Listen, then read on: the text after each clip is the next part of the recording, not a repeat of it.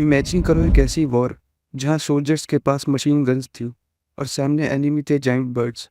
1932 में ऑस्ट्रेलिया में लाखों ईमू बर्ड्स फार्म्स और क्रॉप्स डिस्ट्रॉय कर रहे थे। सिचुएशन इतनी सीरियस हो गई कि गवर्नमेंट ने सोल्जर्स और मशीन गन्स तक भेज दिए। इस इवेंट को बाद में ईमू वॉर कहा गया। लेकिन प्रॉब्लम ये थी, ईमूस इनक्रेडिबली फास्ट थे। वो ग्रुप में भागते थे और डायरेक्शन इंस्टेंटली चेंज कर देते थे।